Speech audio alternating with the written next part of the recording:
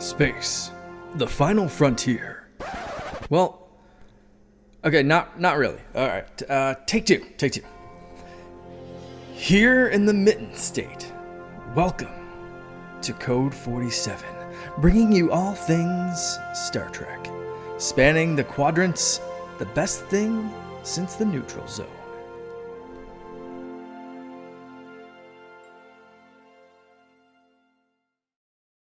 Back again in the universe of the Secret Friends Unite podcasting network, Code 47, episode 135. I am your humble servant, Truck Lord of West Michigan, Charlie Carden, coming at you with my steady Eddie, Mr. Peter Stein. Good afternoon. How are you? Good afternoon. Doing all right. All right. Well, we're going to be talking some trekking as we always do. This is our first return to form with the random episode. We've not had one in a while. If you're a longtime listener of the show, you'll know that we decided at one point when we were out of original content, which we are officially now because Prodigy, at least our recap of Prodigy ended last week, even though the entirety of the episode or series has been available since July. We don't want to cut our show in half because always in segment 2 we talk about older shows, but we use a Dungeons and Dragons style D20 or larger. I don't know, Peter, that's your world. But we roll randomized based on, there you go. Though we do it electronically just because, we're not in the same room when we do it. But some dice don't exist. Have you heard of a 26-sided die? I haven't. Right. So we roll, or a 30-sided die, actually, because the original series first season had 30 episodes. So we roll for series, we roll for season, we roll for episode, and based on that, using this randomizer, we choose an episode to talk about. So we only have one of these to do because the next time we record Lower Decks, we'll be back. So we're very excited to start talking about that. But when that ends, we had a couple that we'd done previously, but Peter and I had been talking about opening that up to, what a beautiful segue, opening that up to our Patreons to choose, actually. Yes. We do have over at patreon.com/secretfriendsunite a bevy of great original content, bonus content, early episodes such as this show. We're recording this on a Saturday afternoon. It will be published Saturday evening, but the rest of the world doesn't get it until Monday evening. So if you love our show, you can check it out on the weekend if you happen to be our patrons. Also ad-free versions of our other main shows and a lot more. You can jump on, try that out for 7 days for free, and then stay on board for as little as $2 a month with all of that bonus content. It's totally worth the price of admission, in my humble opinion. Some of the great folks that support us include Chris 1H1D, my friend Derek Trevelyan, the figure dude from right here in Grand Rapids, Francie, who's my wife's awesome hairdresser, Mr. Xbox Expansion Pass, our friend Luke Lore, who just recently did an episode of SFU with us, and my uncle Tim, the OG Trekker, the guy who, along with my mother and my father, both loved Treks back in the day and exposed me to it in the first place. Also John Sedorf, the awesome Phoenix Sisters Entertainment, Kelly and Crayley, Brendan Myers, Corey and HD, and Matthew Keel, and naturally at the top of the stack, without whom there would be not, the awesome Nias family of the Twin Cities, Sean, Stella, and Henry. We are very grateful for all of you. Thank you for all that you do and making it possible for us to bring all this fun extra content to you. And again, this week's episode, a random episode, which we're going to talk about in a minute, and then we'll move on to wrap up the 5th season of Star Trek Voyager. I'm going to be doing the heavy lifting here because Peter has had some challenges getting through it, not because they weren't good, but because there's only still good episodes. Yeah, there's so much time. There's only so many hours in the day. So you will be discovering at the same time all about that as he is. But first, we had a bona fide news item I touched on, Lower Decks returning. That is happening on October 24. I believe it's a 2-episode drop, if I'm not mistaken, and which means when we drop our next episode the following week, we will be able to talk about those first 2 episodes, unless I read that somewhere and I'm mistaken. No, it says it right here. Visiting trekmovie.com, we will be getting 2 episodes of that final season of the show, and we did get an official final, what I'm assuming is the final trailer, clocking it at a minute 32. It was the first trailer that actually gave us content. So right, and again, a show like this is not what has become more of the standard in television, this kind of arc-based season-long storytelling. It's a sitcom. It's a sitcom. Episodic silliness. Yeah, they're getting into silly stuff. But the biggest breakout. So just looking at this plot synopsis, the Cerritos is tasked with closing space potholes, I'm sorry, should be very near dear to us here in Michigan. Subspace rifts that are causing chaos in the Alpha Quadrant.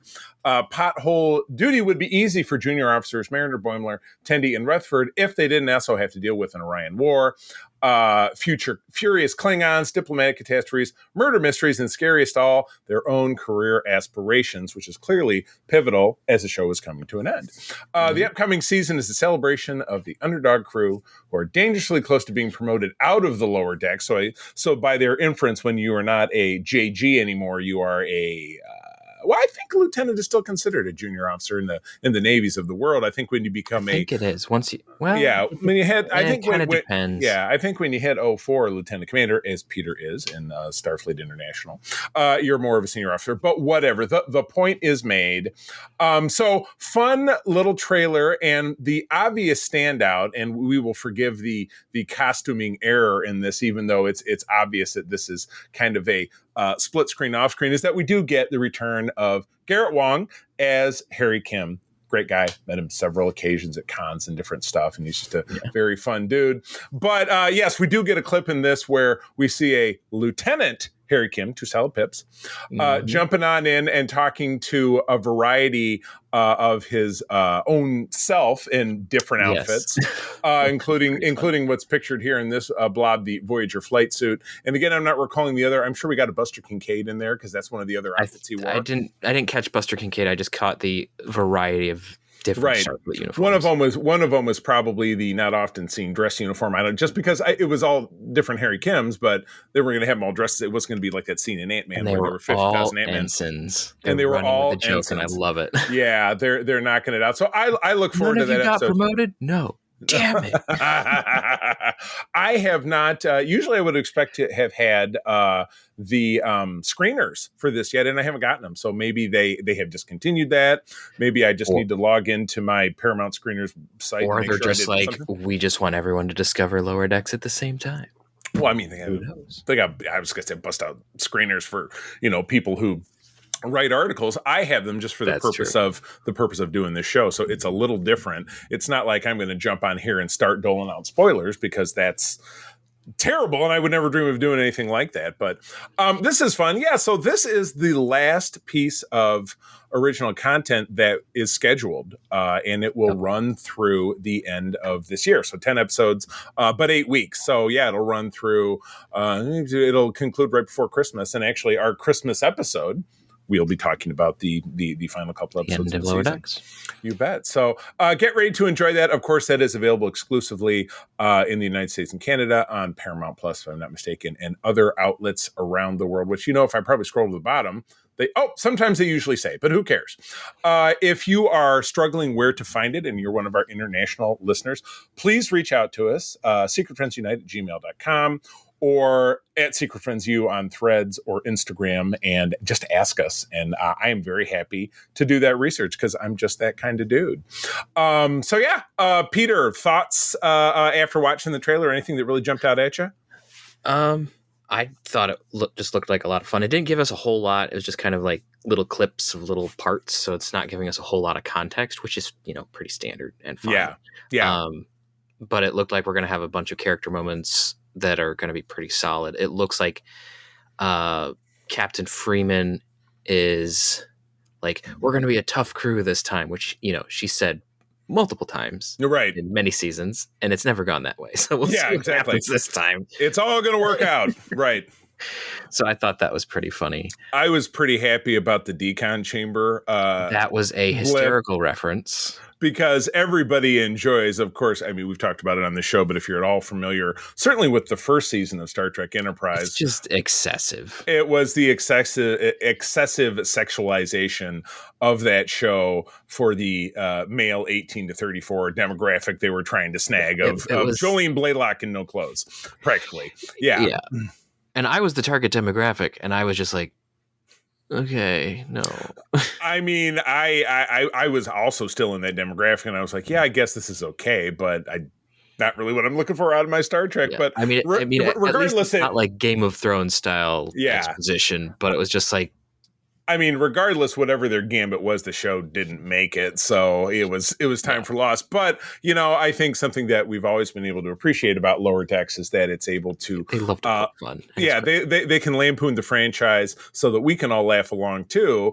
But it's not to the point where it's embarrassing. It's a friendly lampooning. Right, exactly. It's like, we love this. We know you love it. We love it too. Now let's poke fun because there are things that are just kind of stupid. Exactly. And this would happen to be one of them. And that's one of them. So, yeah. So, all right. Well, cool. Well, we'll wrap on that. But yeah, October 24, 2 episodes on Paramount Plus, and those are usually available at midnight Eastern. Tune in. And when we come back, that's what we're going to be talking about. All right.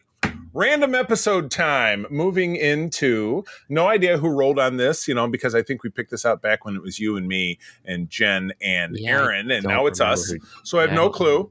And what's funny about this episode in particular is that this is an episode of the original series. That's not the funny part. But when we rolled, whatever resource we were looking at said that it was this episode. So it's season 2, episode 22, which is Return to Tomorrow. But when I look at it at Wikipedia, or I'm looking at it maybe at Memory Alpha, or maybe I'm looking at other Memory spots. Alpha still says 22. Yeah, but I was looking somewhere else, and it gave a different episode. When I was looking at, because I watched it this morning, because like you, my week has been a little crazy. Yeah, I think it says it's episode 20 on most lists exactly. now. So I was looking at Fandango, and that's what it said, and probably Paramount Plus too. Yeah, the interesting thing is, I don't know. I haven't compared the lists exhaustively, but I think Memory Alpha is using the production order list, which is the one that's in the old encyclopedias. Whereas most people use the release order, which for some of the seasons is fine. Season 1, it gets really wonky if you particularly the first half, because you're just okay, let's do the Man Trap, all right, and then 5 episodes later, let's do Where No Man Has Gone Before. Right, which is exactly how it went, because the Man Trap, which was it was the 7 or 8, was the very first one that dropped. So it's just, on my personal server, I use the production order like the encyclopedia, because that's just how I prefer to watch them, because then the star dates and crap line up a little bit better, as much as they can in TOS. Right, exactly. Star dates they're ridiculous. They go from 12 to 79 or something. It's just and this one's 47, so it's just 47. I noticed 4768.3. So it's I love that. I have a side gig where I make stuff that uses star dates, so I've had to figure out how to calculate these things. And let me tell you, it's all nonsense. If ever I get an order where someone's asking for a TOS star date, the movies is a little easier, but if they're asking for a TOS star date, whew. Yeah, you're anything before 23, I have to manually calculate. Wow, nuts! And that's is this little certificates that you make? Because you made a couple. I make officer commissions and enlisted certificates and things that give people orders to take command of starships. Just for funsies, I made it for my RPG. Oh yeah, I love it. Good deal. Star dates are nuts. So this is Stardate 47 something, and I'll blast through a little summary. We'll talk, and then I have some notes, and we can talk about that as well. So anyway, telepathic aliens take control of Kirk and Spock's bodies with the intention of building new mechanized bodies for themselves. And I was going to say, put that ahead of what comes behind. After receiving a distress signal from a planet deep in the galaxy and far from the last charted area, which I'm still curious how they got there. 3 weeks away from comm traffic from Starfleet, which is seems like a terrible idea. The Enterprise, those comm buoys that Enterprise put out. They must have been on the other side of them, or they changed frequencies. I don't know. The Enterprise is contacted by a life form of pure energy. There's a song from the 80s. I'm drawing a blank that uses a sample of Spock saying "pure energy," do pure energy. Really? Right? That's hysterical. Listeners, jump in, and I think it's by some English new wave band. Please hit me up on Threads at the C3 or Instagram, or jump on our Discord, or send us an email, again, secretfriends.com. at gmail.com, or excuse me, secretfriendsunite@gmail.com, because I would love to know, because we will record this and I will forget to look it up. But yeah, when I heard that this morning, I heard pure energy. I'm like, whoa, I think it's like Joy Division or something. Damn, I'm going to have to look it up. They're contacted, and Kirk, Spock, and McCoy, duh, and a Dr. Anne Mulhall, played by the delightful Diana Muldar, who came back and was much reviled by some people, including our former recording partner, Kay, who just couldn't stand her, in season 2 of Star Trek The Next Generation as a temporary replacement for Dr. Crusher. I think she was a just fine character. But anyway, Dr. Pulaski. Our away team meets Sargon, a conscious mind trapped within a glowy ball, because glowy balls are where it's at. If you need to store things. Right, it's better than a flash drive. Sorry, I already have. I have a name for this episode pre-selected, but we'll see if we come up with something better. But I think you'll find it fits the bill when I drop it later on.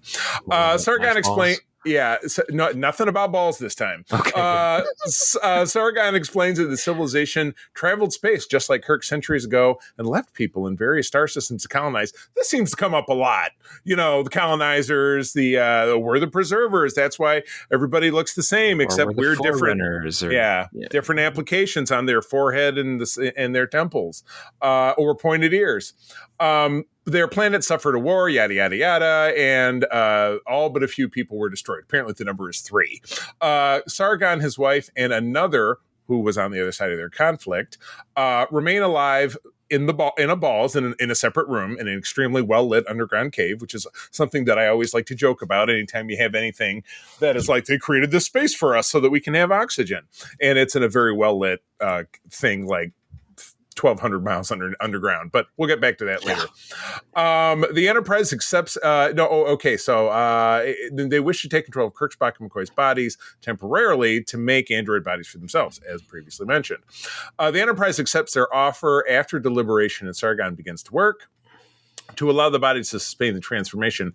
Henoch, I kept calling him Henlock or something in my notes. They call him Henoch in the episode. Henoch. That's why. Yeah. Okay. That's why. And that's what my notes say. I mean, hilariously, his name is similar to Hemlock, which makes sense. Right. Makes a potion.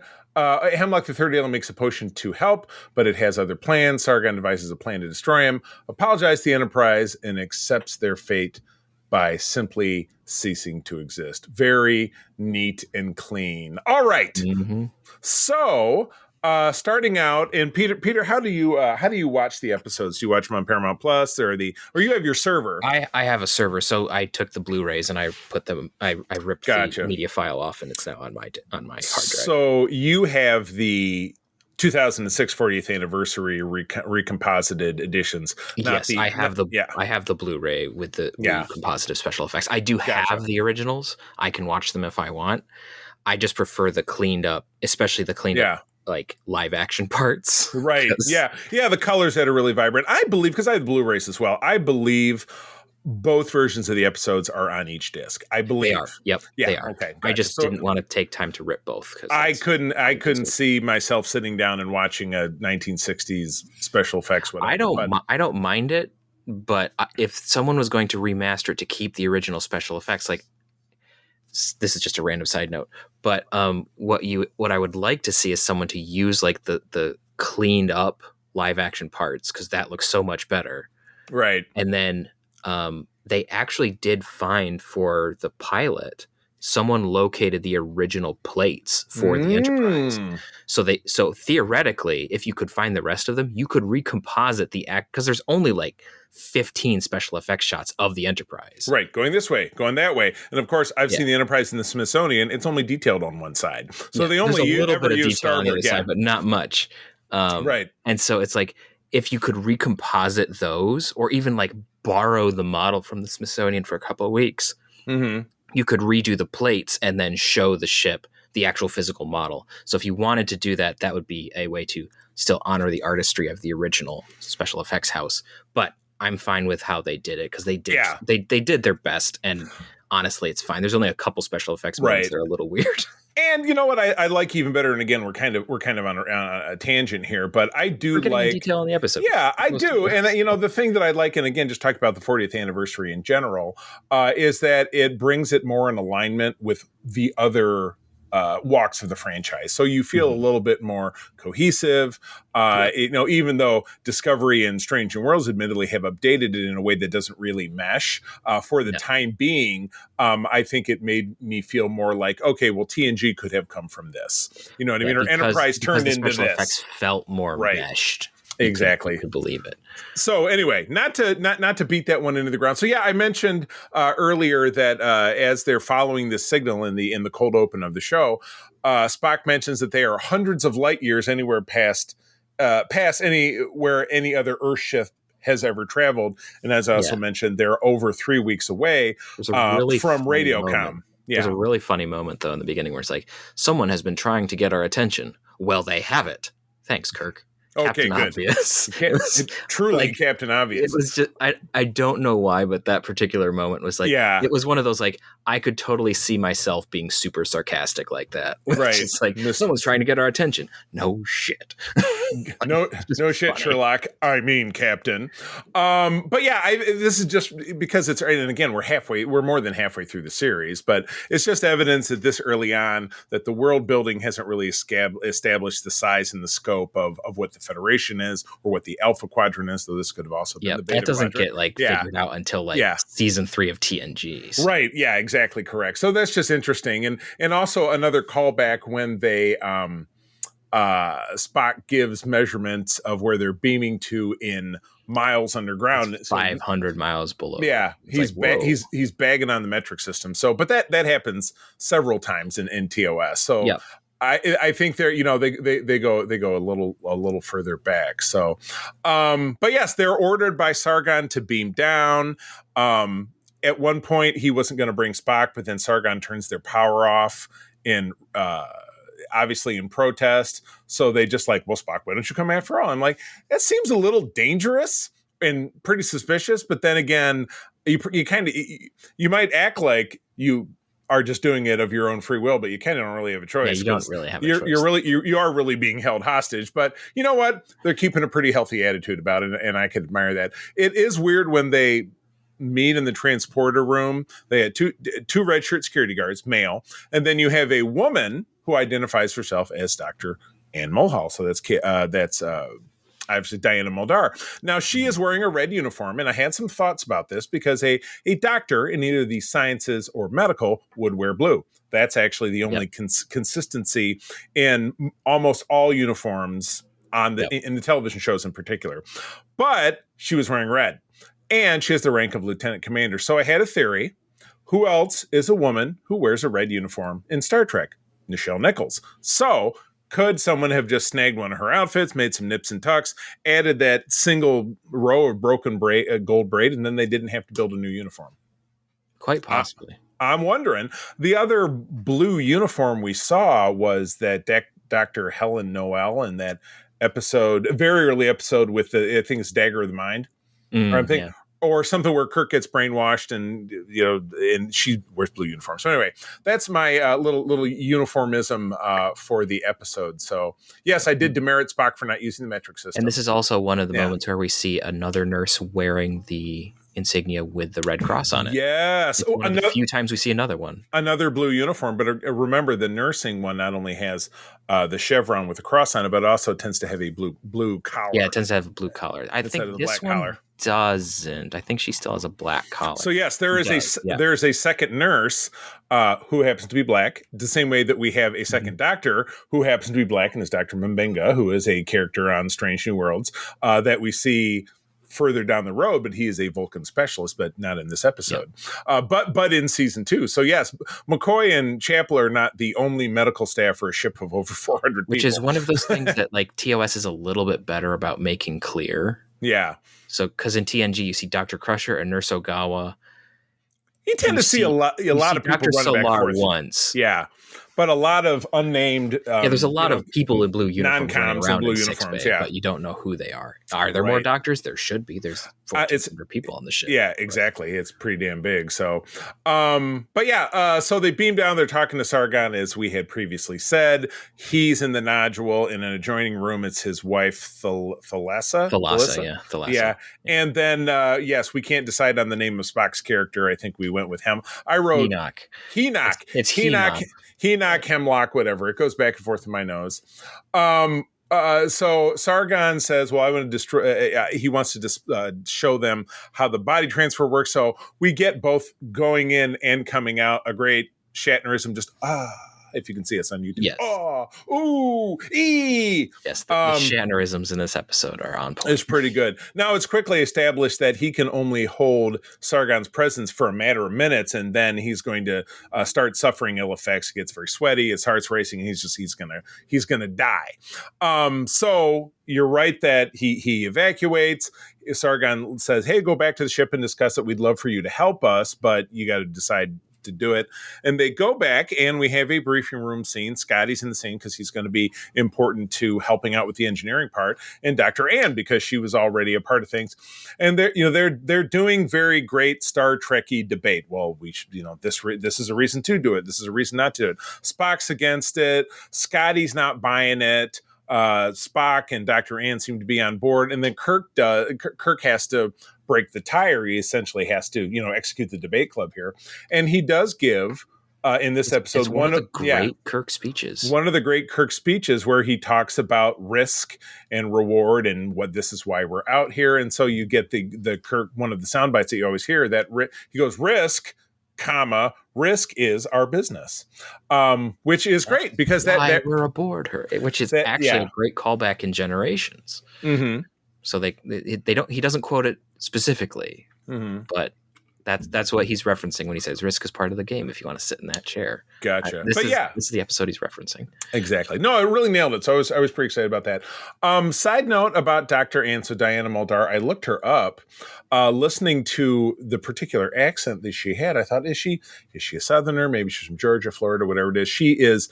Looked it up, from New York City, but raised in Massachusetts. So that's a bit of a Boston accent you hear. Reminds me of my late grandmother, who I never met, but she was from Quincy, Mass. So that just kind of, and had that very classic beauty. I really thought that Diana Muldaur was a very handsome woman. She was a little bit channeling of Katharine Hepburn, and I was surprised why she never really had a bigger career. She was in this. She did a couple of other projects for Gene Roddenberry in the 70s, and then she did TNG, getting into the late 80s, but then in the 80s and I think in the 90s, was a cast member of LA Law, which was a hugely successful procedural on one of the networks.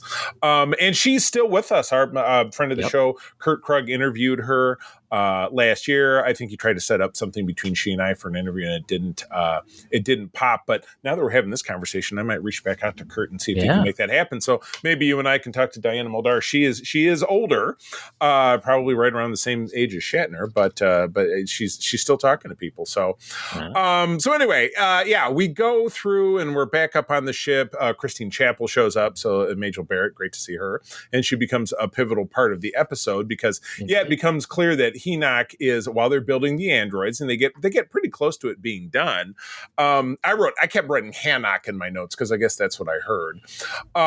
But yeah, he's a bad guy because he was on the opposite side of their conflict. You figured that. That's not surprising that he ended up being the bad guy, especially when he's trying to kill off. Right, that he would have ulterior motives. He wants to kill Sargon, and then he wants to obviously take Dr. Ann for himself. And she doesn't want to go into the robot body, but then ultimately, in conversation with McCoy, realizes that it's not hers to take. And he has a great line further down where he says, "I will not peddle flesh. I'm a physician." So I thought it was a nice turn on.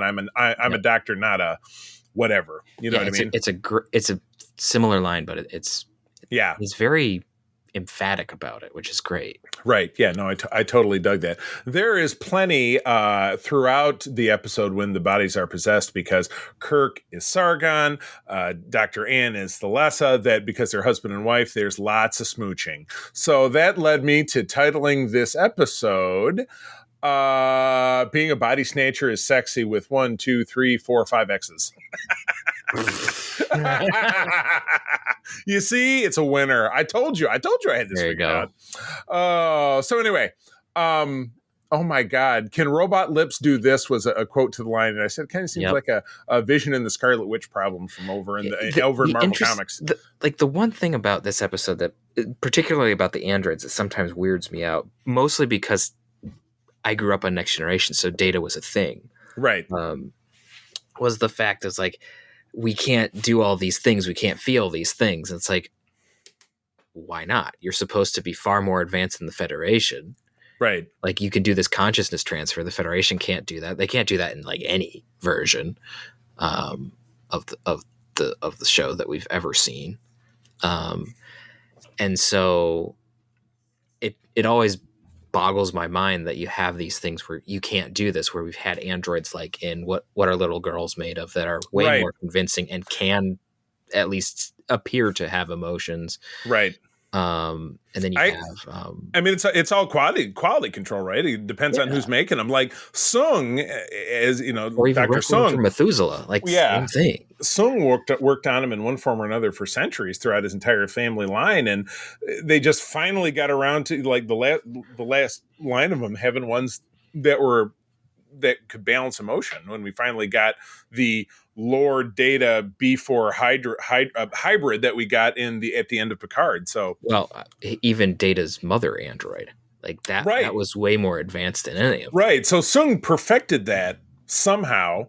Yeah. It just seems a little funky that this was like the one technology that they couldn't do. Like, I get it. Androids hadn't been looked at. The 60s, it was still definitely like high science fiction to have something like that. Right. Artificial life, just in universe, it's just a little funky that this is the hill that they're dying on. This is the problem. It's like because we can't feel with robot bodies. Right.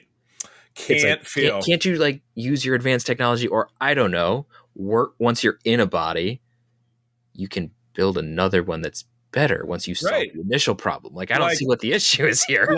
Like Ultron, but going back to Marvel Comics. Exactly. It's just one of those, like, what's the issue here? Yeah. But, if you don't have the issue, you don't have tension in the episode, and the episode doesn't really do much. Correct. So some story notes before we go on to giving a rating. Writer John Dugan wrote the original script of this episode after he had read an article about highly sophisticated robots in his original draft. Sargon and Thalassa, as it says right here, continue their experience as spirits without bodies, which I thought, that would have been a fine ending.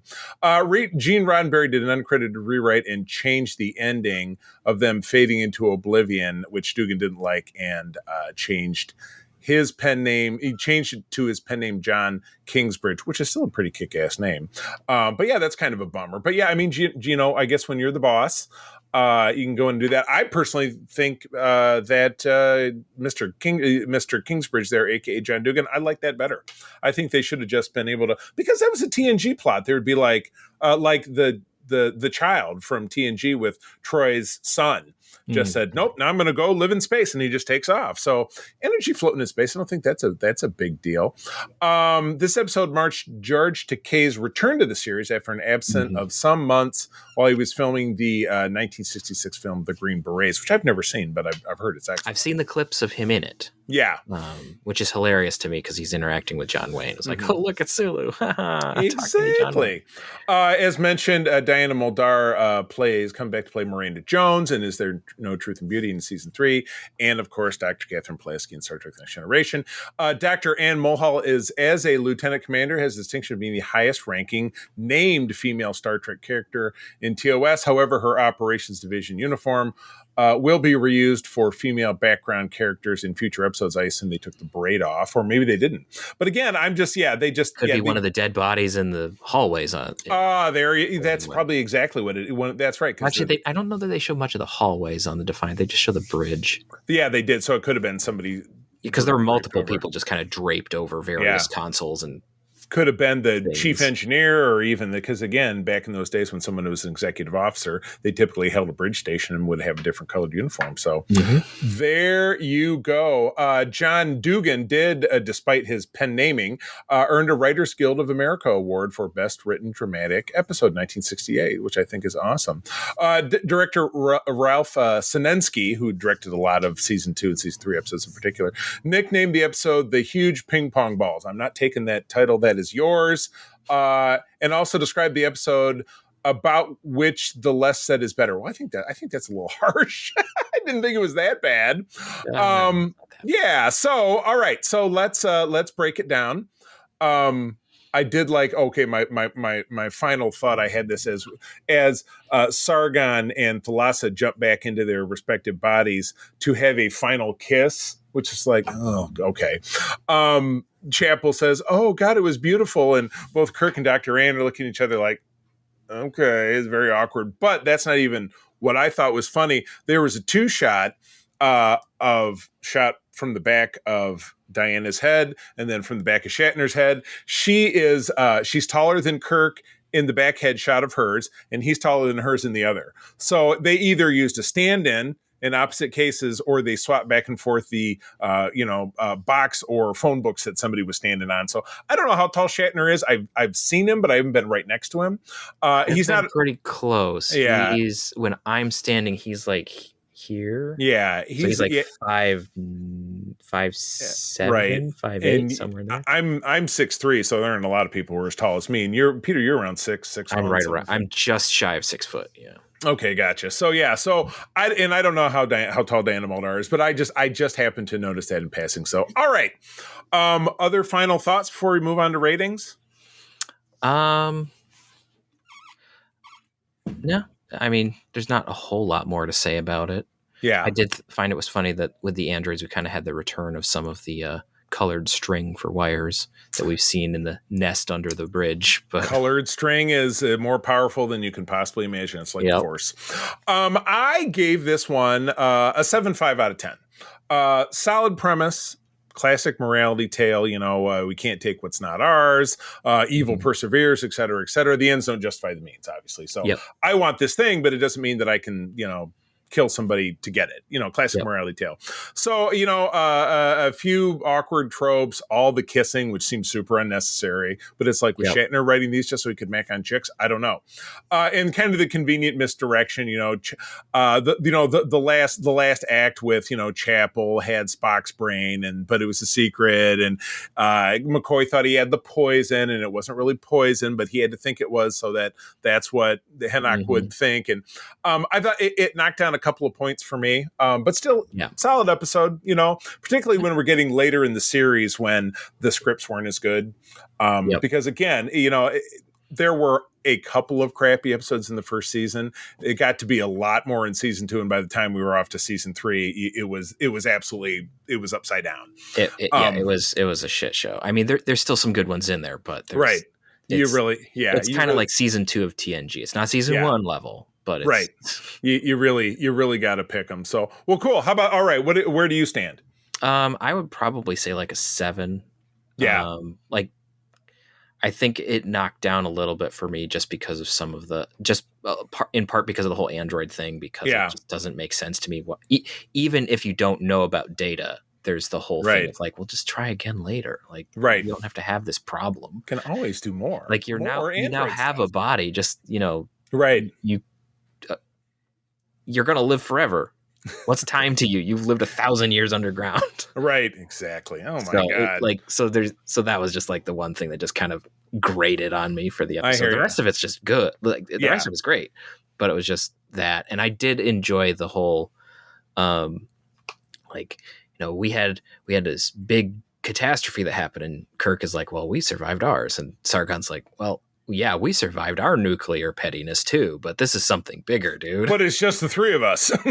Yeah, it's like, this is so much worse. And and I liked the whole thing of like, we thought we compared ourselves to gods and thought that we were going to be like the rulers of the universe. And then we just completely destroyed ourselves. It's like, whoops. That seems to happen a lot to big, powerful races. I've got it. An alternate title. I'm not sure I like it any better, but you could go with 2 guys, a girl, and a pizza planet.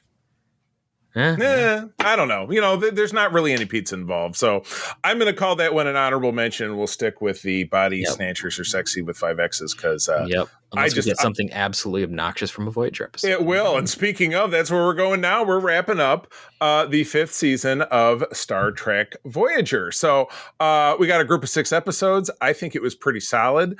But you, just like me, jumping into this first segment, I didn't barely remember anything about it. I knew that actor. I knew that actor Ron Canada was the main guest star. He appeared in the courtroom episode of DS9 where they were trying to put Worf away from murder. He appeared in the Masterpiece Society in TNG. He was one of the Dome people. He was the one who was the really vocal objector. I think he also appears in Enterprise for something. I can't place him. I bet you're right. But yeah, he's one of those guys that when you were in that golden age of Trek from the early 90s to the early 2000s, that they just there were certain people that were just on the docket. And he's appeared in other big budget movies as a background Air Force general or something. Yeah, because he's just got that demeanor. Yeah, he's got a very big bearings, large dude. Exactly. So anyway, he's got that dour look down. Exactly. Well, this is not the Ron Canada show, but the episode is called Juggernaut. It's episode 21 of the season. Alan Craker, who is a very renowned director of both this show and DS9, ran the helm on this one. Brian Fuller with the writing, teleplay with Fuller, Nick Sagan, and Ken Biller. So kind of the Voyager powerhouse. It's funny that with such strong writing and what I thought ultimately was a pretty good episode in character exploration. Yeah, it's not a bad episode. Just that it's just not memorable.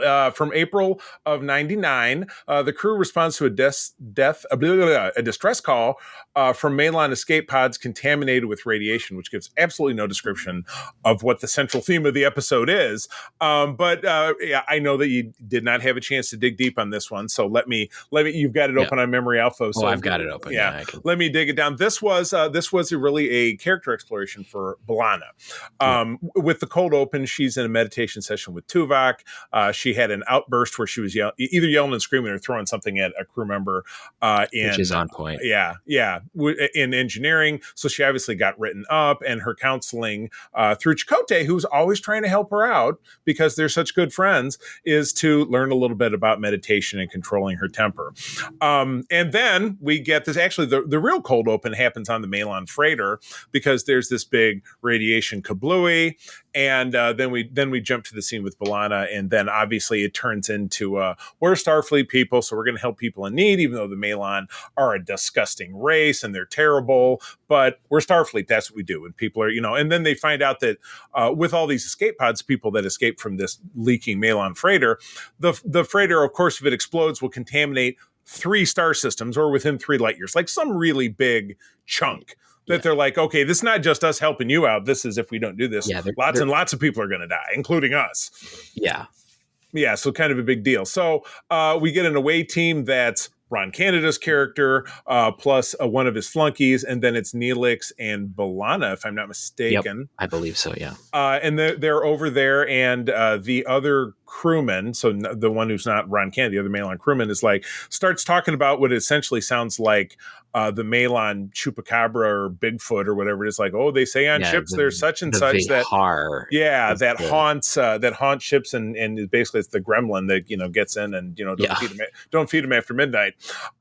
So the episode goes on, and they're trying to stabilize this ship, and they really find out that they can't do it. But the real solution is going to be much like in the final mission episode of TNG, where Wesley finally goes off to the Academy. The Enterprise stumbles upon a freighter that's leaking radiation, and they have to fly it into a sun. That's what they're going to do here because the sun will absorb the radiation conveniently. Nice thing, gravity. Exactly. Turns out there is a Malon gremlin chupacabra on this, and I think it attacks and kills the red shirt Malon crewman, and it's shrouded in mystery. And when they finally Neelix at some point too, because Neelix gets all banged up. And B'Elanna I love this because this is the episode at the end of it. You really see a sonic shower because she's like absolutely covered in shit from head to toe, and gets in there and pushes a button. I was having breakfast with a buddy of mine this morning. We were talking about Star Trek, and the subject of who cleans shit up, and I'm like, Riker famously once remarked, the ship will clean itself. And I said, people don't even people take sonic showers that just lifts all the crap off of you, which is awesome. But no, it turns out that there is a real chupacabra, but it's a member of the crew who's one of the inner core workers. Half of his face is melted off. Nice effect. And he's an environmental crusader. He's like, this is my way to prove to our people they got to stop polluting stuff or whatever. And naturally, there's a punch up at the end. B'Elanna has to defeat him and escape at the last minute, and the freighter goes. She does try to reason with him, but he is completely unreasonable. Well, his brain is all melty, so at that well, there's that too. Yeah, exactly. So there's not really much hope, though. But yeah, they eventually get away, and B'Elanna learns a lesson about balancing her temper and yada yada yada. Mm-hmm. And yeah, I can't believe that I had no recollection of what the plot line of this episode was. I remembered how gross B'Elanna looked, and I remembered it had to do with the Malon, and they were dicking about on the freighter, but I did not remember that it was like there was an eco-terrorist on the ship, and what basically her motivation was about her controlling her bad temper. So I like B'Elanna as a character. She's having a real resurgence in the IDW comics right now, in the Star Trek Defiant series, because the Defiant is about Worf not Worf. Who the hell is command?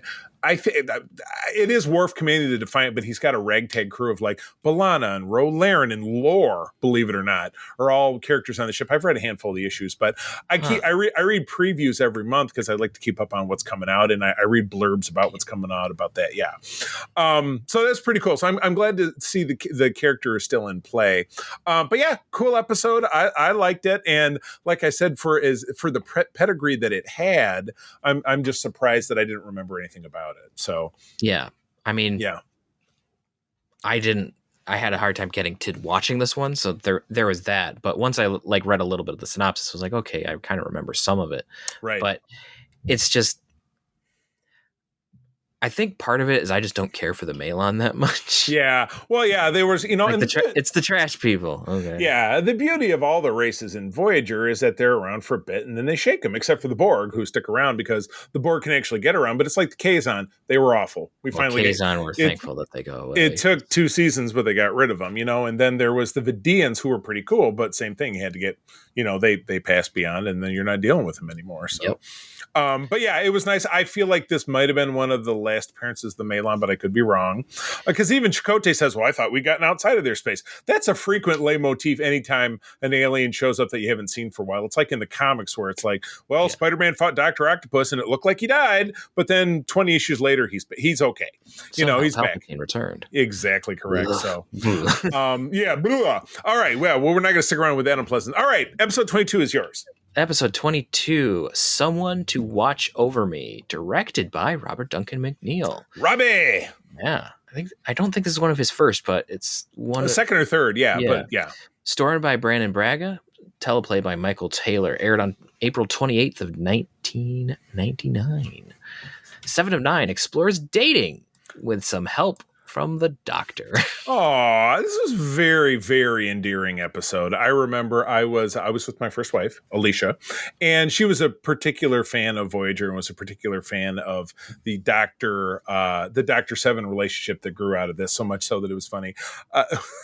When in our first house, I had my little, action figure set up, and I still had the Playmates figures at that time, and I had my Doctor action figure, and then the 7 of 9 action figure came out later on, and it wasn't exactly the same scale, but she took the 2 of them and made them hold hands, and I remember taking a picture of it. I think I have a picture of that somewhere. I don't know. A few great memories of my ex-wife. That's one of them. It's a good one.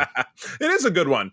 But this was adorable. Watching 7, 7 is, of course, much like Spock or Data or Odo. That's your non-human, or in this case, former human outside of human experience, who reflects back on humanity and says humanity's stupid when they do this thing or that thing, and she does a lot of that around dating, and you get to see Bob Picardo shine. He's so great. Like I said, he does a great job in this episode. Yeah, and it's really good. And then throughout the course of this, it was like My Fair Lady. It was very Pygmalion. Yes. It felt very much like My Fair Lady, and that he was kind of teeing it up because Tom says, "Well, I'll make you a bet that she can't have a date and not punch the guy in the face at the reception or whatever." And it's funny, she goes on a first date with one of the background actors that we haven't seen since and haven't seen again. I do know this guy without looking up his name. UPN early on had like a handful of failed sitcoms, and that guy was the star of one of them. He was part of the ensemble cast. It was like their attempt at Friends or whatever. I don't remember the name of the show, but I'm like, I remember that dude's face. So it was funny when I saw, this was 3-4 years after that when I saw this for the first time. I'm like, oh, that's the dude from whatever the hell that show was.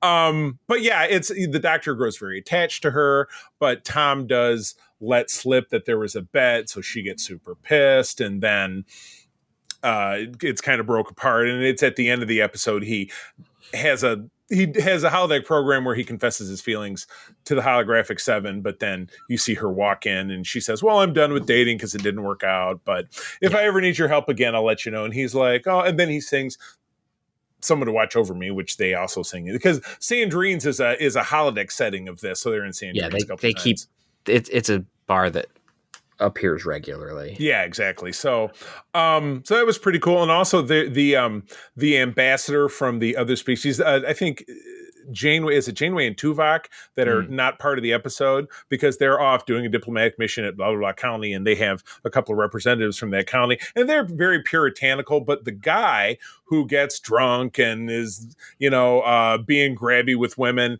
is, I don't know if you're all familiar, but there was a Canadian sketch comedy show in the early 90s called The Kids in the Hall, and not Scott McDonald, but this guy not Scott Thompson. This guy was part of that, and I'm drawing a blank on his name. But if you have it open, do you see it? I see the guy. I'm trying to find his name. Scott something. I don't know, but The Kids in the Hall was a big deal for us in the 90s. It was on Comedy Central. Yeah, Scott Thompson. Yep. Scott Thompson. There we go. But that was the same show that launched Dave Foley, who had more successes. It was on news radio and stuff like that. But that was actually part and parcel spin-off in some ways from Saturday Night Live, because Lorne Michaels is a Canadian, so it came from his production company. So, but yeah, it's always fun to see somebody from the real world not the real world like the reality show, but the real world outside of Star Trek come in and do that. So, yeah, I love this episode. It's very endearing. Again, it's kind of low stakes because it's not like it is a bottle show almost entirely, with the exception of slapping together the Sandrine set, which we've not probably seen since season 2 or 3. But yeah, very endearing. Absolutely loved it, and does set some things in motion that we see later on down the road when Seven has a romance with Chakotay in the series finale. That was just a strange writing, which I'm sure we'll rag on when we get there. But. We'll have plenty of time. And not only that, because it's a 2-parter, when you and I get done with the series, which we'll do, you and I were talking this week, in about a year from now, we will have gone through every episode of every Star Trek movie and TV show, which I'm very excited about. But then you and I are going to spend some time going through some of the little TV movies that they've made, and the finales will obviously be one of them. So we'll get a chance to dig on that. But coming up, obviously, we'll have a chance to touch on that and give it plenty of kicks in the nard. So any other thoughts about the episode?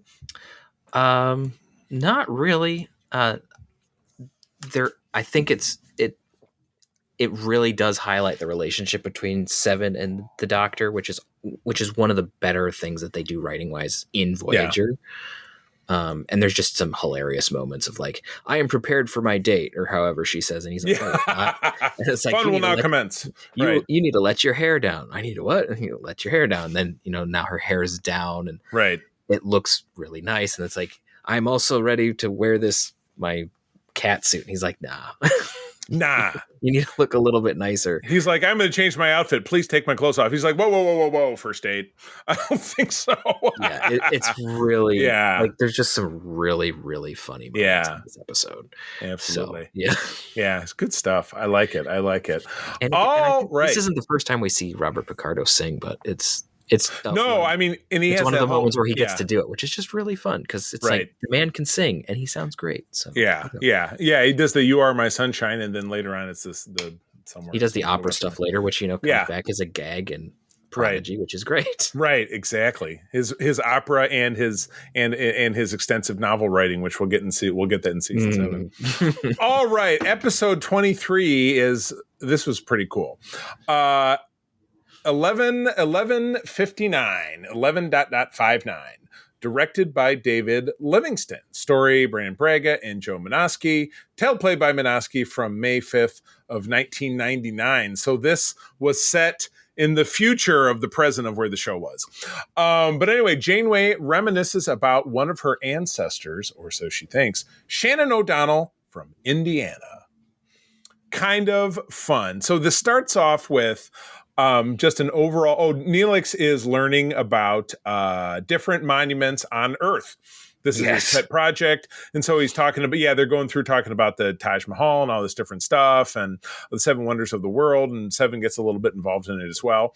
But this ends up in Neelix talking about a project called the Millennium Gate, which took place, which was built in Indiana in the very beginning of the 21st century in Star Trek lore. And Janeway has always understood that her ancestor, Shannon O'Donnell, who is an astronaut and went to Mars and was involved in fighting for this great project, was her hero and her inspiration and the reason that she joined Starfleet, et cetera, et cetera. So the episode is told in quasi-equal parts of our present day on Voyager, and then 2000 the year 2000. The year 2000 in what I'm guessing is kind of northwest Indiana. The town is Portage Creek, but there's a town called Portage, which is in northwest Indiana, right off of 8090. So in my brain, that's what it was, because they had to call it something. Where she's driving in a shitty minivan. She's trying to get from one side of the country to the other because she's unemployed. She was an astronaut, or she lost her job in aerospace. She was a former astronaut candidate, and she's going to stay with a cousin down in Florida until she gets back on her feet, in her own words. But she breaks down in this town, and her car's dead, and so she has to. She comes into this town, Portage Creek, and it's a ghost town. All the businesses are closed. Can't figure out what's going on. And she meets this old bookseller, and he's a widower, and his son, and his name is Henry Janeway, and it's actor Kevin Tighe, I think his name is, who was, if you ever watched the show Lost, he was a scammer who was potentially the dad of main character Sawyer. He was just really a bad dude, but that was long after this. So at this point, he was a good dude, but he was also the guy who owned the bar in Roadhouse. If you've ever seen that Patrick Swayze classic. Nope. Oh, it's so totally not worth your time, Peter. I would not recommend it. Oh, it's 80s cheese, but it's Patrick Swayze and he's a beautiful man. 80s cheese can be fun. I can't lie to you. But it kind of catalogs the fact that I'm doing some back and forth, and it's finally in conversation with the whole crew that Tom Paris says, I know all 24th century, NASA stuff, and you must have known who my ancestor is, Shannon O'Donnell. He says, I've never heard that name before. And she finds out the truth about Shannon O'Donnell kind of being a washout, and the fact that she was not responsible for the Millennium Gate. But as our backstory illustrates it, this Henry Janeway guy is the last holdout. He either sells his business to the developers, or they're going to move the Millennium Gate project to a different town. And Shannon O'Donnell develops a friendship with the young boy and then becomes very friendly with Henry. And so at the end of it, her car is fixed and she's going to drive away because the guy who is doing the Millennium Gate dude, the corporate guy who was Drew Carey's brother on the Drew Carey Show, if you never watched that, says, well, you know what, you can be a consultant on it if you can get this guy to, sign off on it. And ultimately, she can't convince him, but then the guy says, well, we still want you anyway. Come to Canton, Ohio, which is the alternate site. And let's face it, Ohio versus Indiana. I'm not going to get into that. But at the end of it, she does convince him at the last minute. He signs on it. And then it's obviously set up that the two of them live happily ever after, moving his business to the Millennium Gate, whatever it is. And back in the present, Janeway, they throw an Ancestors Day party at the end of it. And Janeway says, well, I don't really understand the point because, all the stuff I heard from my Aunt Martha was a fraud. Her Aunt Martha is a person in her family who always bragged about Shannon O'Donnell. And then even Chakotay says, hey, you know what? If you weren't inspired by this the ancestor of yours, you never would have. Sorry about that. Had a cat-related emergency. One of them snuck down here and broached the structural integrity of my studio, so I had to take care of that. So anyway,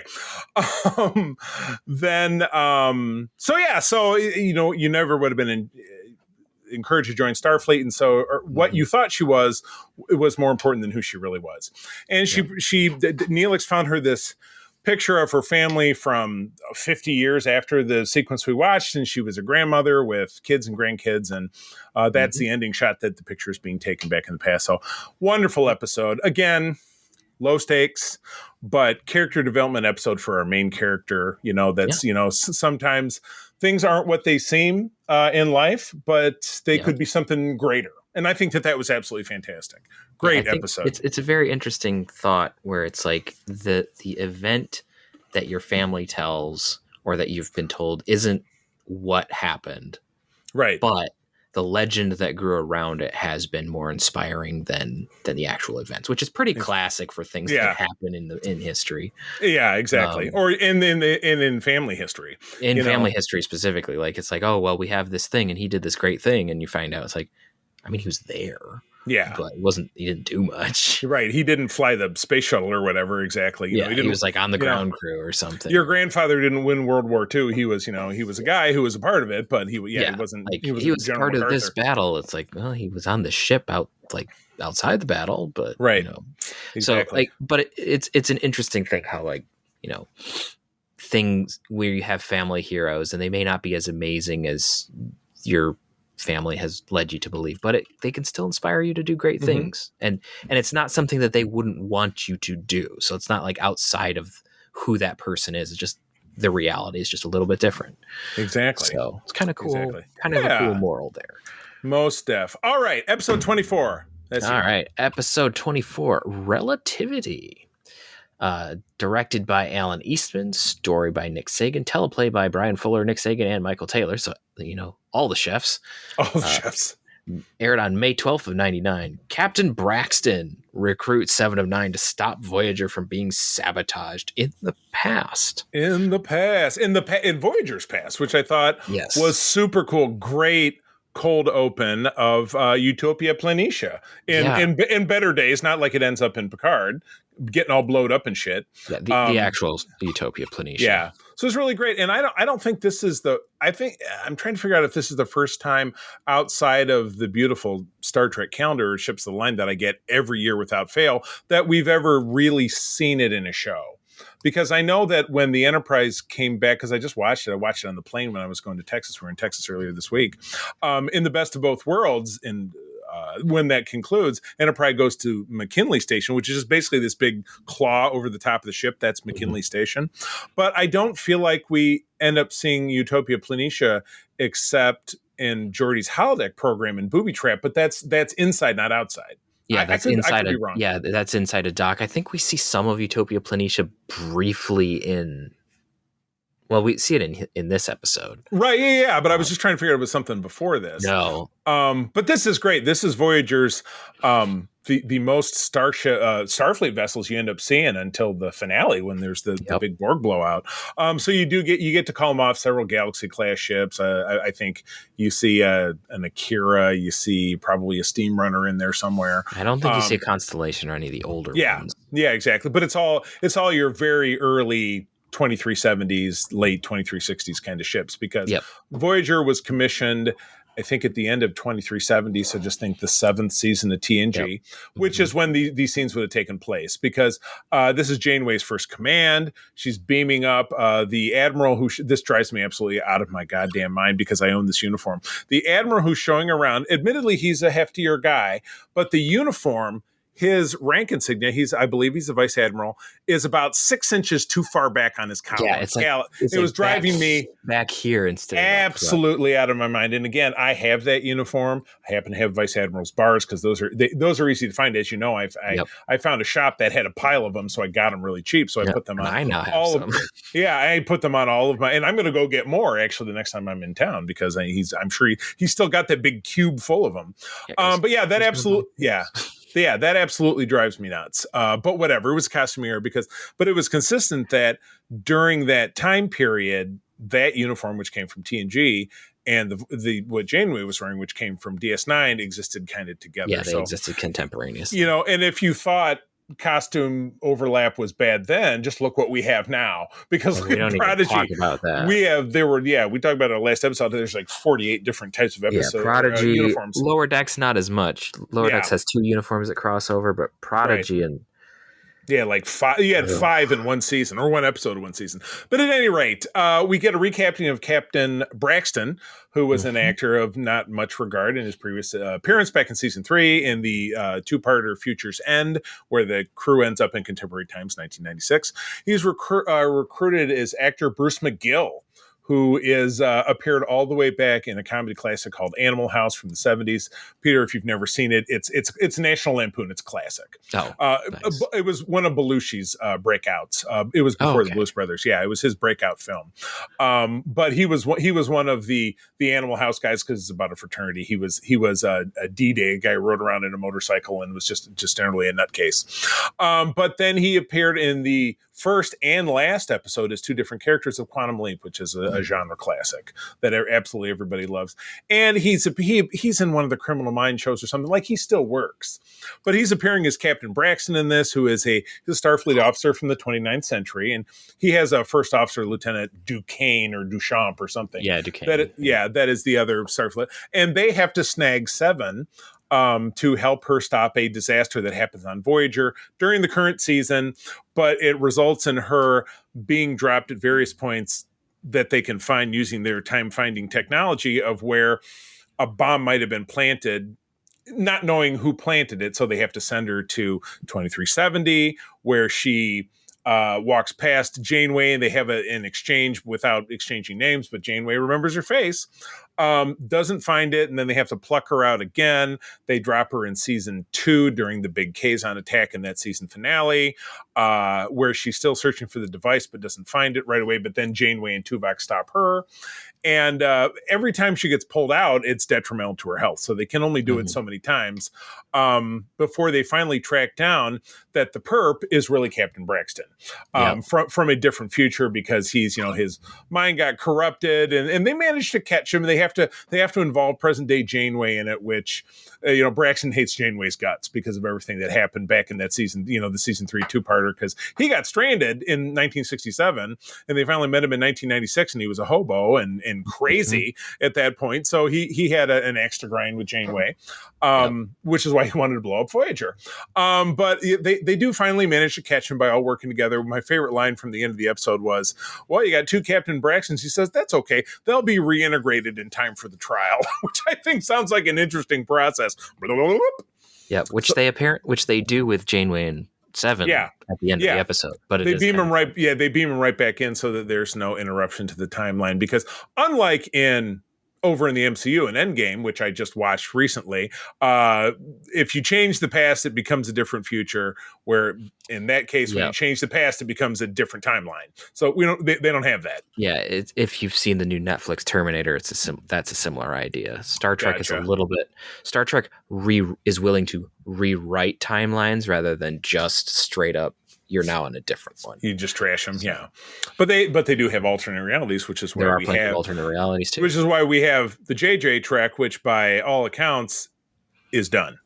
Fingers crossed. Sorry for anybody who loves it, but it's not us. But I dug this episode. I like time travel stuff. Yep, this is one of the ones that I like about time travel stuff. Yeah, so because they make it high stakes, but they also find ways to make it fun.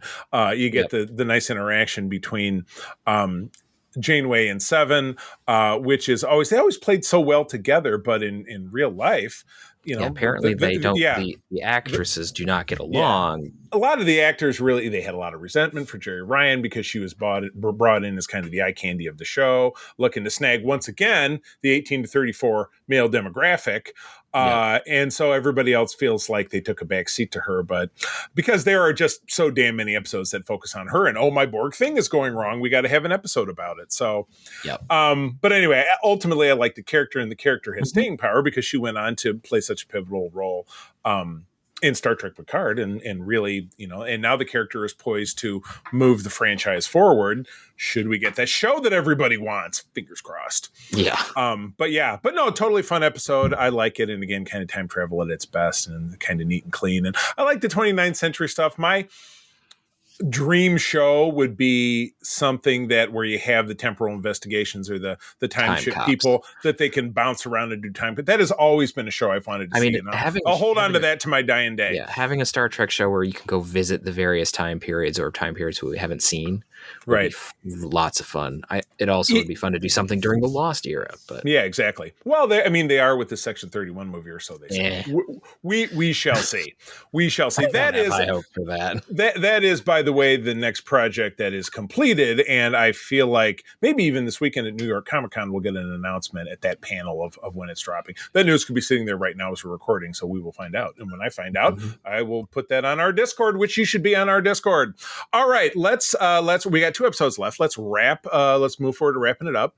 Episode 25 is Warhead. John Kretschmer directed. I haven't heard of him. We have Brandon Braga doing the story with Michael Taylor and Ken Biller doing the teleplay. So you have the holy trilogy of Voyager writers. Obviously now that Jerry Taylor is gone, and Lisa Klink probably doing the backup.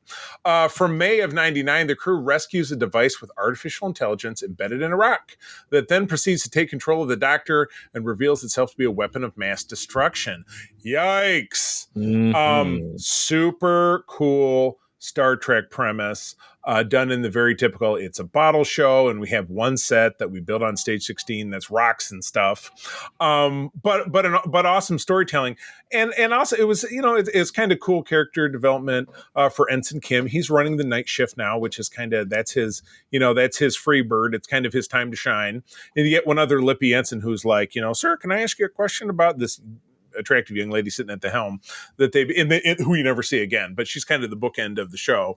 But yeah, Chakotay, he wakes Chakotay up when they get weird readings, and he says, well, you're in command. Do you want to go down there and check it out? He's like, well, yes, I do. And then he beams down there, and he's like, well, this thing is sentient.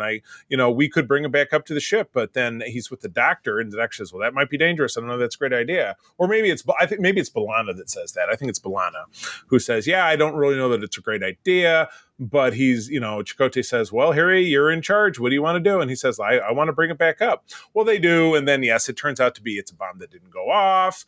And because it's AI, it gets into the Doctor's mobile emitter or whatever it is and takes him over. And so it much like the TOS episode we talked about, he body snatches the Doctor, and now he co-ops Voyager, and he said, I must execute my mission by going to these coordinates or whatever. But his data is badly corrupted, and they don't really, they're able to disprove that, where he's going is not where he's supposed to be going. And then all of a sudden, 25 other rockets just like him. And that was one of the beautiful visuals in the show when all those rockets appeared and swarmed the ship and were kind of flying past it. That's pretty good CGI for this early on in the CGI world. We're only a couple of years away from Battlestar, which this is not the level of that. But I thought it was really kind of well done.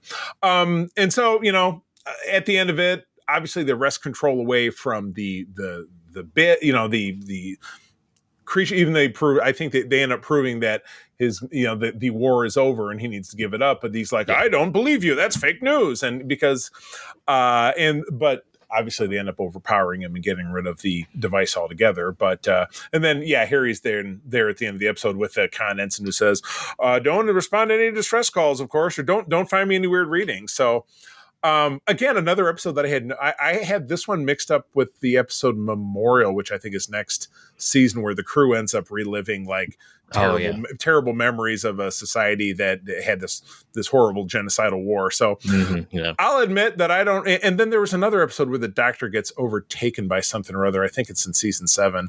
So I was a little fuzzy on this one. I don't know. And again, I know you didn't get to watch all of these, but does this one resonate with you at all? Did you remember it much?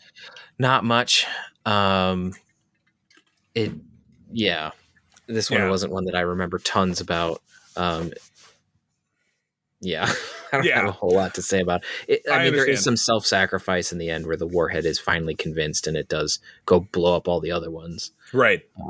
That's what I was trying to remember. I'm like, what happened to all those other warheads? Oh, okay. So the warheads goes to war with the war because the conflict is over, and the species, whatever the race was, is distant enough that they're not going to go. And he's not like he's going to turn around and go back to home base, but he's got to complete his mission by blowing up whatever the thing is. A lot like it was a Dreadnought, which is season 2 episode where there was a Cardassian tactical missile that also got sucked into the Badlands, and B'Elanna had reprogrammed it, but then it got too smart for its own good, and it was going to go blow up a planet that looked like a Cardassian planet, but she had to disable it. Yeah. So it's very similar. The idea of, weapons of mass destruction just kind of being off in the middle of nowhere is something that Star Trek has done before, the Doomsday Machine being the first one. Right.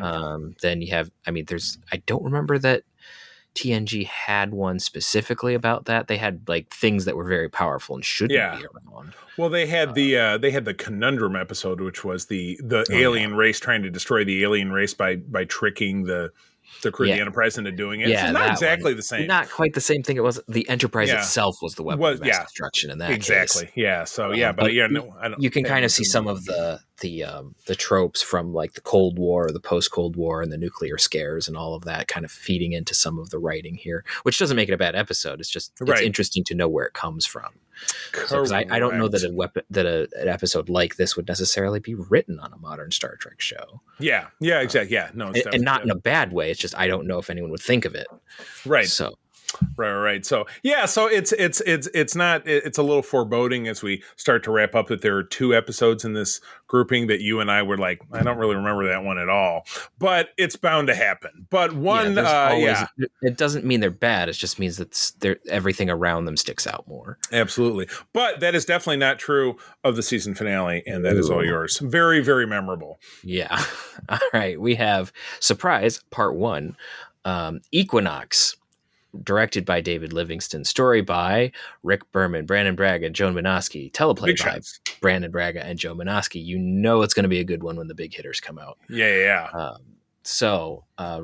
Released on May 26th of 1999, Voyager finds another Federation ship, the USS Equinox, under attack from flying nucleogenic life forms. However, you tiny little life forms.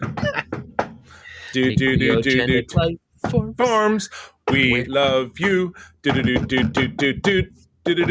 From Star Trek Generations, bonus points. If you know, of course, I didn't give you much of a chance, but this was the episode that taught you that while the crew of the Enterprise, generally pretty good people, the crew on DS9, mostly good people, Voyager people, all pretty good, then you get to a ship where everybody's an asshole. Because you find a ship that was pulled into the Delta Quadrant under these same circumstances, but they obviously, they don't talk at all about, if they had any interaction with the Kazon or the Ocampa or the caretaker. They just took off in another direction. Wherever it is that they went, they immediately ran into a hostile species that killed half the Kryptonian Guard, killed half the crew. They eventually found their way into a wormhole, which closed the distance. They've never bumped into the Borg. This is all stuff that Captain Ransom, who was played by the exceptional John Savage, who was in a movie called The Deer Hunter in the 70s, which is widely acclaimed, but I have never seen, which I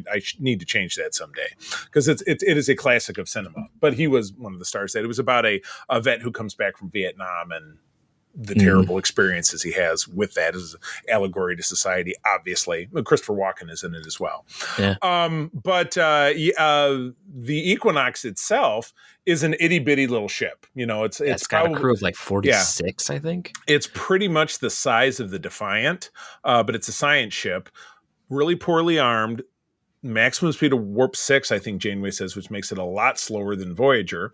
So she's like, we don't really know how you survived. And this Ransom guy is very cagey about it. Well, we got lucky because this thing and that thing. But their luck, which happened a couple of months previous, is that they were rattling on their last legs. They got into an orbit of a planet. They met some aliens and they made some trades to get some stuff to keep their ship going.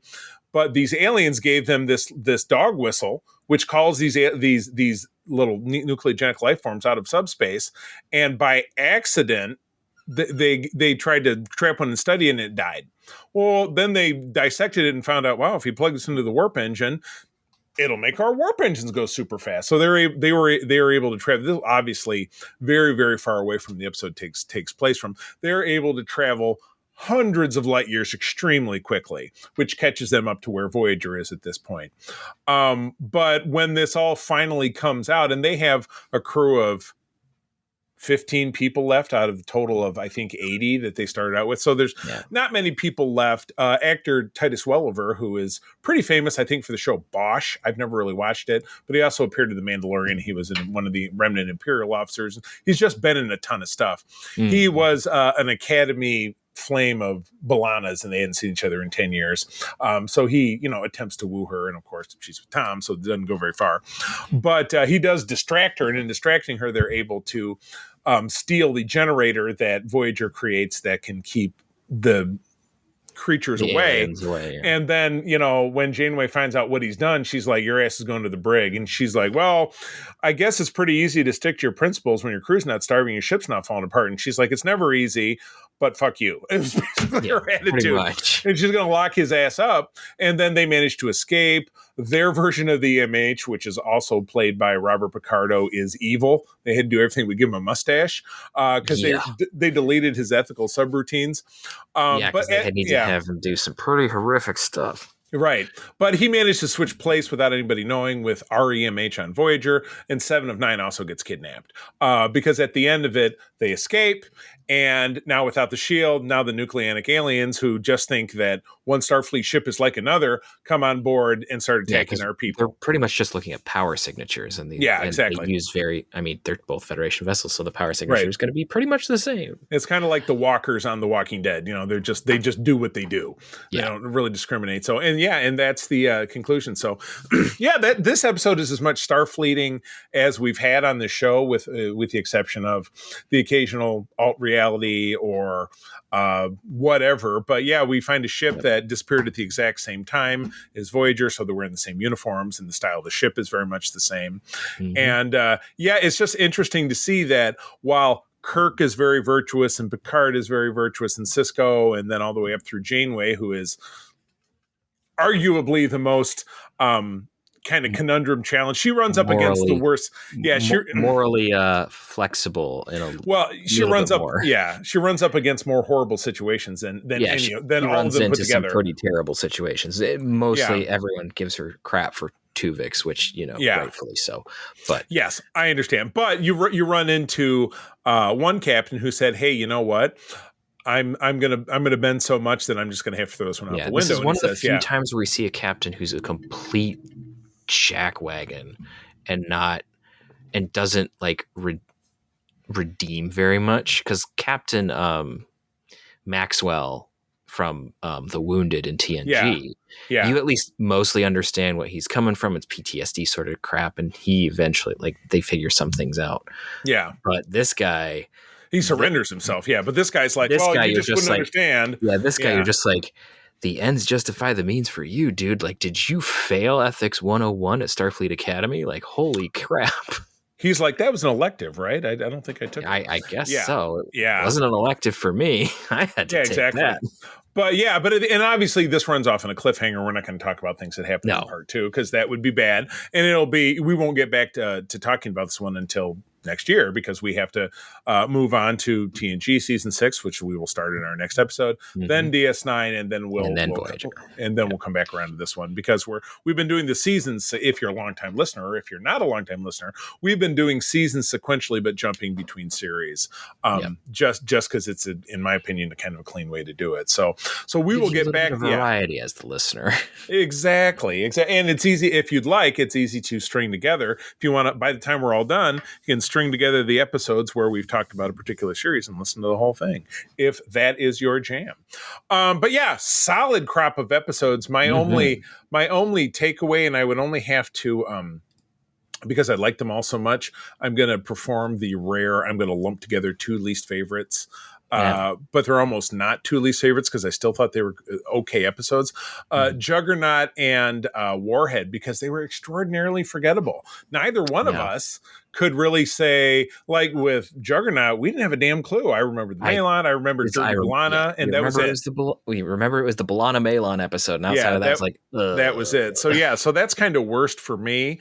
But picking a best is challenging because you have a very you've got the sweet and maudlin with someone to watch over me. You've got the historical irony one of don't meet your heroes or do meet your heroes. You don't know better. Mm-hmm. Relativity is a fun romp, but I think in final analysis, and you may very well agree with me that Equinox is the superior episode.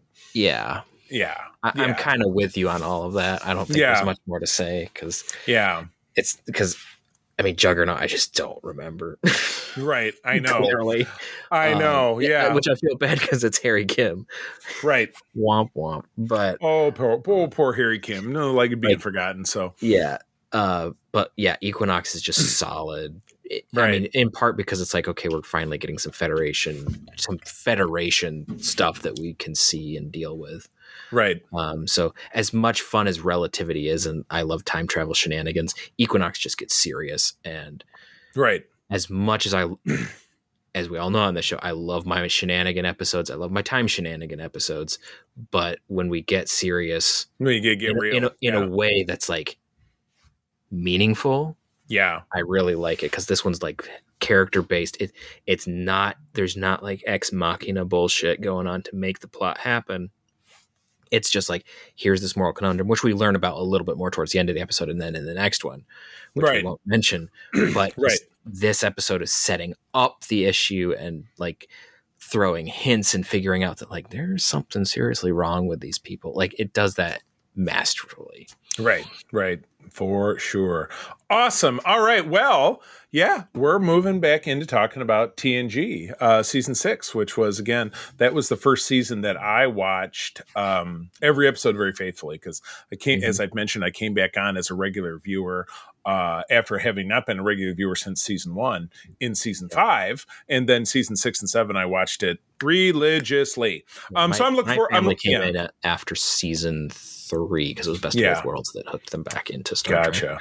So I'm really looking forward to digging into that. Well, cool. Couple of announcements. I'm trying to be better with the announcements. Please, as I'd mentioned earlier in the episode, drop us a line over at secretfriendsunite@gmail.com. Let us know what you're thinking about Star Trek, what we talked about in the episode, thoughts that you had, all that kind of fun stuff, and definitely about any of our other shows. Secret Friends Unite has been your guide to the geek side since 2014. That's our main show. Co-op Mode is our video game show. That's Mark and Todd. And then Holocron Chronicles is Mark and myself talking about Star Wars. Yeah, I'd love to hear. Drop us a note. We would love to. We will read those. Most definitely read those on the show.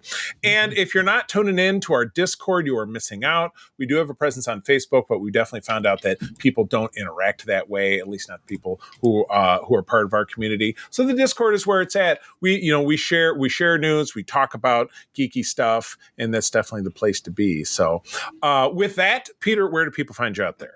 Well, you can find me around the interwebs at Petrus Aquinas. I'm not terribly active, but you can find me on the Discord for Secret Friends Unite, Grand Petoskey, and United Trekkers of Michigan. Yes. You can find me on ELH's Twitch channel and YouTube channel, where I play a Cardassian science officer in a Star Trek Adventures game. We are using the 2nd edition rules, so you get to learn those along with the rest of us who have no idea what's going on. And then you can also find me behind the scenes over at Starship Excelsior in fan audio drama, which touches on some stuff that we talked about on this show that we thought that Discovery was going to pick up in season 3, but didn't. Let's check that out. Well, you can also find me in the Discord spots that Peter mentioned, but I'm also on Threads and Instagram at the C3 TheCeeThree, having lively conversations, publishing photos of my wife and I doing our regular walk and pictures of my cats and various memes and stuff that I find amusing, but hopefully I'm amusing somebody. But with that, friends, as always, thank you for joining us. I'm going to tell you that sharing is caring. Keep on trekking. Peace and long life. This podcast is part of the Secret Friends Unite podcasting network, available on Apple Podcasts, Spotify, and podcast services around the galaxy, as well as video on our YouTube channel. You can support Secret Friends Unite by becoming a Patreon member. Get bonus programs and more over at patreon.com/secretfriendsunite. Join our Discord community for even more discussions on all things geek. For all the latest updates on Secret Friends Unite, make sure to follow us on Threads at secret.friends.unite and visit secretfriendsunite.com. Find our merchandise at TeePublic and Redbubble. Thanks for listening, and may the Force live long and prosper.